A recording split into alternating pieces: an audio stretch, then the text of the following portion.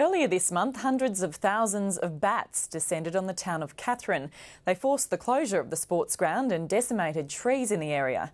Now many of the bats have moved on, but what brought them to Katherine in the first place, and how much do we really know about these animals? Genevieve Hussey reports. Well, they're the only mammal that is capable of tree flight, and they are a real key species for a healthy ecosystem, and they're just fantastic little critters. You drive past the local sporting grounds, it's a disgusting mess. There's just trees everywhere that are just disgusting. Every evening across the Northern Territory, hundreds of thousands of little red flying foxes leave their colonies and take to the skies in search of food. Bats play a critical role in the way ecosystems function in the Northern Territory. The fruit bats, one of the major pollinators of the trees, so they're the ones going and feeding on the fruit, on the blossoms and the flowers, and then transporting the pollen hundreds of kilometres across the landscape. These little animals love the flowers of eucalypt trees, and scientists say they're crucial to the trees' reproduction. They play such an important role in being major pollinators of trees. And in Australia, there's no other animal that does exactly the same thing as little red flying foxes. Somehow they cue into this amazing intensive flowering of trees that might only flower like that once every 10 or 15 years, and they somehow can pick it up where it is, travel hundreds of kilometres to that flowering, do their thing in the forest there, and then move on. Hello. Good morning. At her home in Virginia, in Darwin's rural area, Toni Mitchell is doing her bit to ensure the Northern Territory's flying foxes continue to thrive. Yeah. For the past 6 years, this wildlife carer has been looking after injured animals. Flying foxes that have been snared on barbed wire or otherwise injured are nursed back to health. Good girl. As soon as I get home, I'd be feeding to milk feeders in the flappery behind me, chopping up fruit, feeding the babies inside, sorting all that out, and then during the night, if we've got young ones like we have at the moment, it'll be 4-hour hourly feed, so getting up during the night and milk feeding as well. So late nights, early mornings, lack of sleep. Good kids. Very good. Once the flying foxes are rehabilitated, they're microchipped and set free. Toni Mitchell hopes the information gathered will yield new knowledge about the animals' habits. Henry.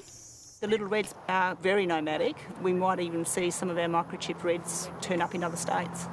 And that would be really interesting because there's not a lot of research that's been done. In the past, radio transmitters have successfully been used to track the nightly movement of flying foxes with some amazing results. We've shown individual animals travelling 88 kilometres in 5.5 hours. We've also shown animals flying over 90 kilometres of open ocean, travelling from one country to another. Flying fox colonies do move around, following the food supply. Earlier this month, flying foxes descended on the town of Katherine, and the animals made their home in trees around the sports ground. I guess that they're probably looking for food because they've probably moved from an area that they've exhausted. They're probably just looking for a nice place to set up shop, and Katherine's right smack bang there. This isn't the first time hundreds of thousands of little red flying foxes have taken up residence in Katherine. They're not always welcome visitors. They're terribly noisy. They're very smelly. Their faeces is everywhere. It's on the cars. You can't put your washing out. All those things. And of course, there's the fear of the diseases that they carry as well. In 1994, a virus killed 14 racehorses and their trainer Vic Rail in the Brisbane suburb of Hendra. The so-called Hendra virus was found to occur in Australian flying foxes. They also carry lyssavirus. It's 95% similar to rabies and presents a real risk if people are scratched. So picking them up is a real no-no. You need to be vaccinated before you can actually care for bats. And I have been bitten numerous times, and I'm still alive kicking.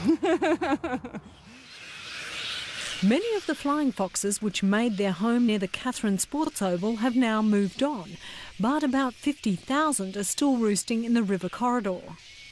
Probably 6, 7 o'clock at night, you'll see bats just everywhere, and the smell that comes with it as well.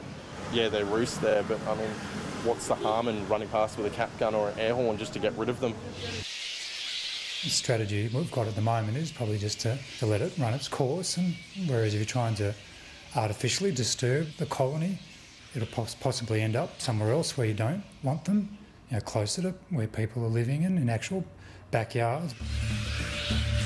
We're looking at the waste management facility to plant native trees there in the hope in years that they may enjoy those trees instead of coming into the urban areas. In the meantime, flying foxes will continue to provide a nightly display in the sky over Katherine.